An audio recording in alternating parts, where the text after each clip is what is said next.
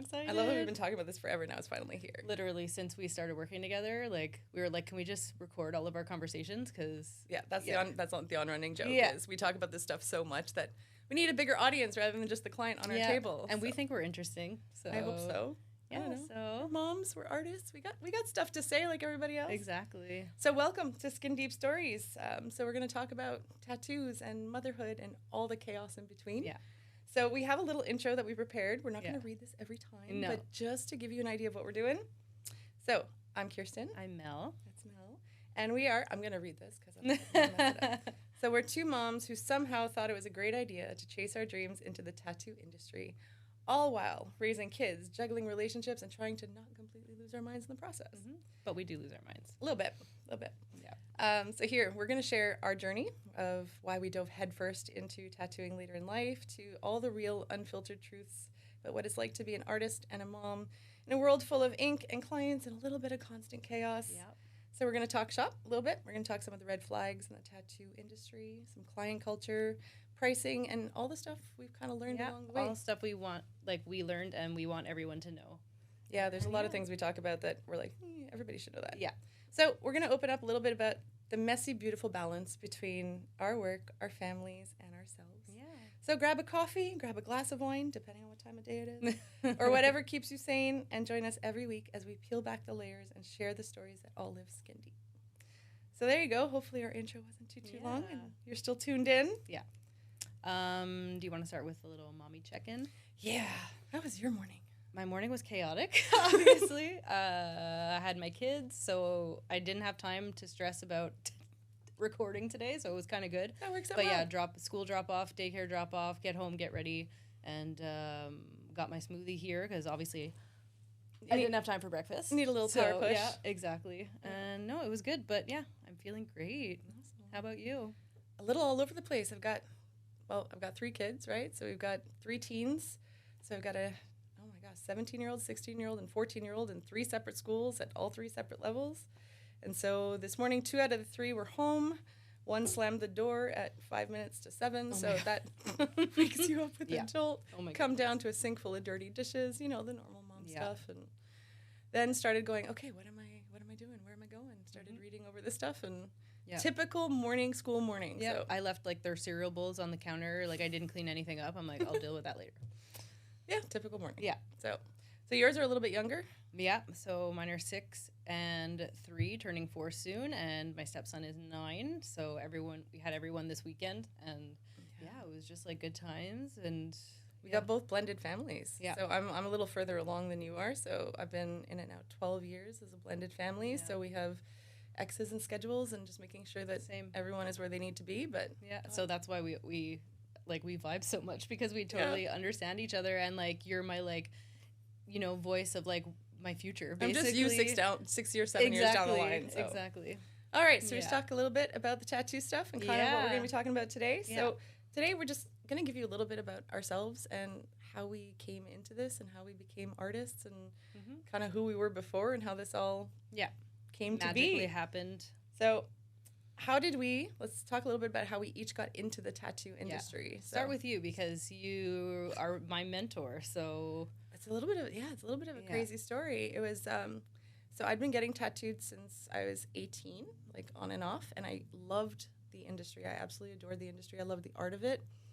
And it was always an interest I had was I'd been an art teacher for 12 years at the high school level. I had taught art. I had done photography. So creativity and artistry kind of runs through everything I've done for over 20 years. And I love the artistry of tattooing. And I had asked a couple times about apprenticeships at different shops with different people. And I kind of always got the same answer, was that you start at 0. You're kind of treated not great at most of them. Yeah. You start with like sweeping the floors. And that was the story I kept getting. You're the bitch of the shop. Basically. Yeah. All right. We're allowed to swear? That's what, Cool. Of course we are. Right. So basically you're the bitch of the shop. And at that point, having kids and having my education, and I couldn't go back to 0 at that point. I had spent so many years getting, my bachelor's and my master's. The idea of to go down to like 0 pay was just not even possible. Yeah. And then I found one person who changed all of that. So when my mom passed away, I wanted to go do a memorial sleeve. and I wanted to start doing a sleeve that represented my family and the story of my family. So my entire sleeve represents things that were important to me family-wise. And I met Robin Labreche, who's the owner of the shop we currently work at. And I started talking. Wild Magnolia. In LaSalle, nice little plug in there. LaSalle, Quebec. But we started talking while he was working on me. And I said this was something I was really interested in doing. And I said, but I keep getting told that it's kind of not possible. I was almost 40 at the time and running around with the kids. And COVID. And yeah, it was just, crazy time for everybody. And Robin's the one who said, well, it doesn't really have to be like that anymore. He goes, I could help you out. That one sentence just kind of planted the seed. And so I went home and I talked to Jean-Luc and I talked to my dad. Jean-Luc is my partner in crime, soon to be husband. And very soon. And I said, what do you think if I take a little bit of the money we have and I invest it in some tattoo equipment and set myself up a little bit? So I did. And I got fake skins, because that's a thing now. Fake skins, you don't have to practice on your friends. Nope. Or like pig skin or whatever people think. Exactly. There are ways to do it. Yeah. And so every spare minute I had between when I decided that and the next appointment I had with Robin, I was playing around on fake skins. I was like teaching on Zoom at the time. So I was teaching like my high school grade 8 science classes, closing the computer and like and like practicing. Everything's just right in front It was of you. literally like I had my laptop up in front of me and the fake skins below where the kids couldn't see. And then every time in between the classes, like we had downtime in between. So that's why you're a pro at multitasking. Mom life, right? Yeah. Mom life. Yeah. Yeah, so I was practicing. And so by the next time I saw Robin, I said, so I did a thing. Can I show you what I've done? And he kind of went, oh, you were serious. So I showed him some of the pictures of the fake skins I had done. He's like, it's your first time with a machine?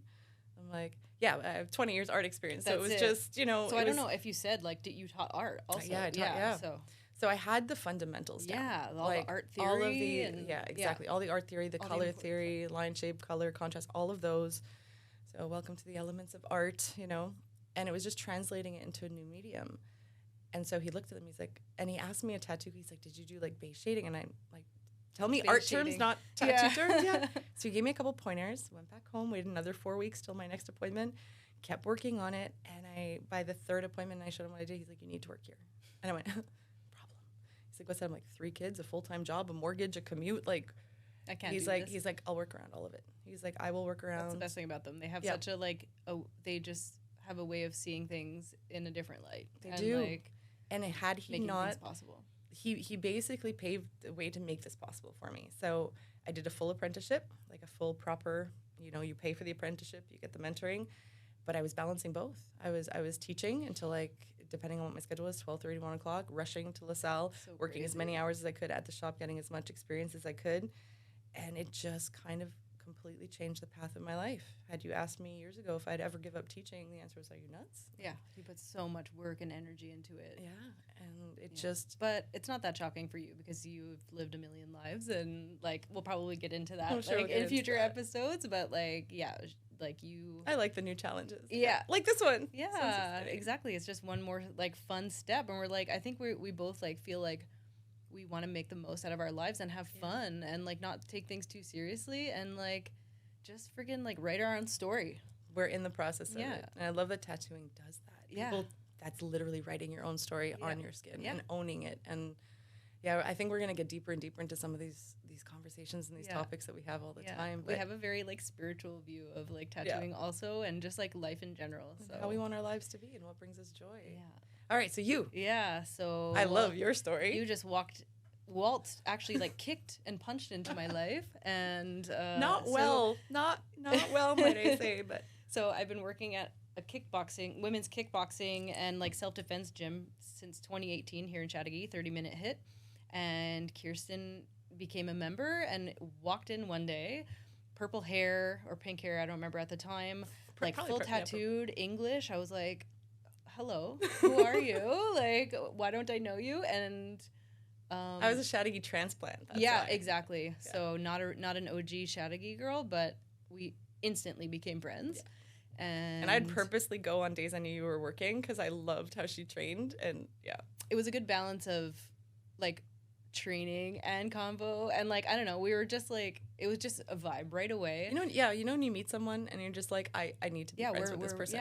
Yeah, we talked about hanging out, and then eventually we did hang out on my birthday one year, and I was I didn't know what I was going to do with my life. My kids were babies, like they still are, but like it was 2 years ago now almost. And I was just like at a crossroads. It was September, so literally 2 years ago exactly. Yeah. And I was like, my daughter's starting daycare, my son's starting school. I need a full-time job. What am I going to do?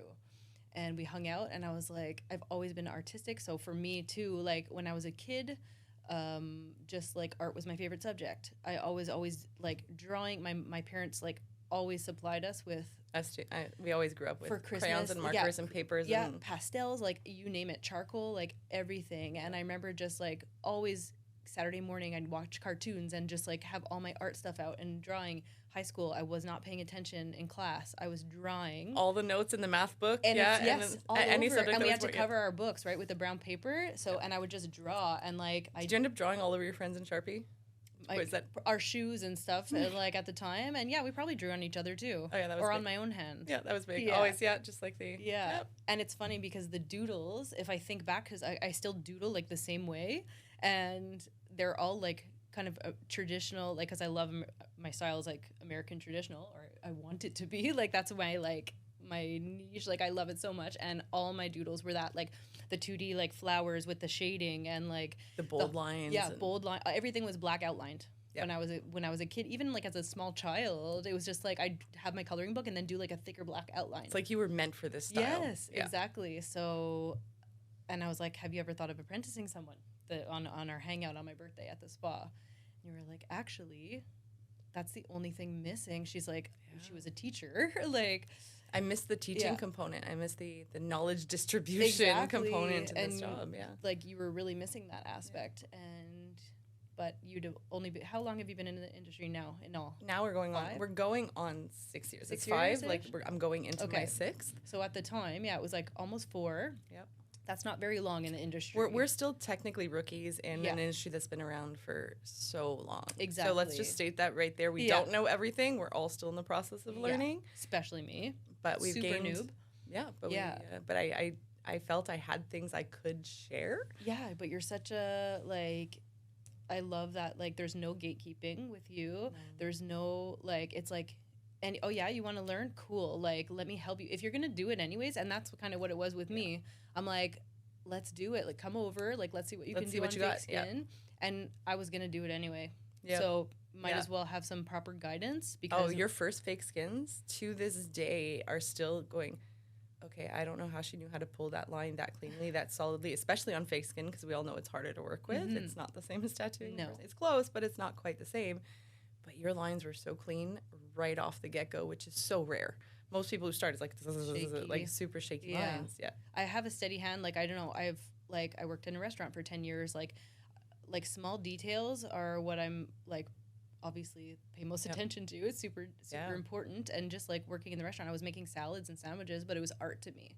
I'd put so much like thought and like energy into making the food look good. And to me, everything is art. Yep. And it is. The way we like dress, the way we, carry ourselves. Seeing the beauty in the everyday of everything. So I think I just I already had that kind of base of like.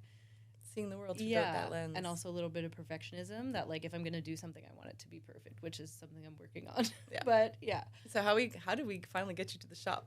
Tell a little bit, because there was a little bit of a okay, so I gotta, like we're kind of just doing this on the side, and I was like, do I get another job? And then I'd like I'd be tattooing at my kitchen table on fake skins, and then like I was like on call at the schools, and they'd call me for like the lunch shift, and I'd be like, I don't want to leave. I don't even want. I couldn't pull myself away from the tattooing to go do like a shift. It's really hard when you get in that creative zone, that creative flow where time disappears, to be like, oh, now I gotta just cut and go. Exactly. So. No, I hyper focus big time, and I'm still big on doing a proper apprenticeship. Like, not to take anything away from people who can teach themselves, which is great because now we have those resources. But there is something to be said about being in a proper shop and learning all of the important things about contamination, cross-contamination, how to set all that kind of stuff up, and having somebody over your shoulder to help you guide you through that. Because the biggest risk when people are doing it kind of on their own, which we're going to talk about it in an episode fully, but it's important that you get the proper knowledge right off the bat. And that's what when you saw that I was serious about it, I got a good machine. I didn't buy like a crappy machine. I like invested right away, and I was in a place in my life where I was able to do that. Thank God, like the universe aligned. Same as you, same story, and we'll probably tell those stories another time too.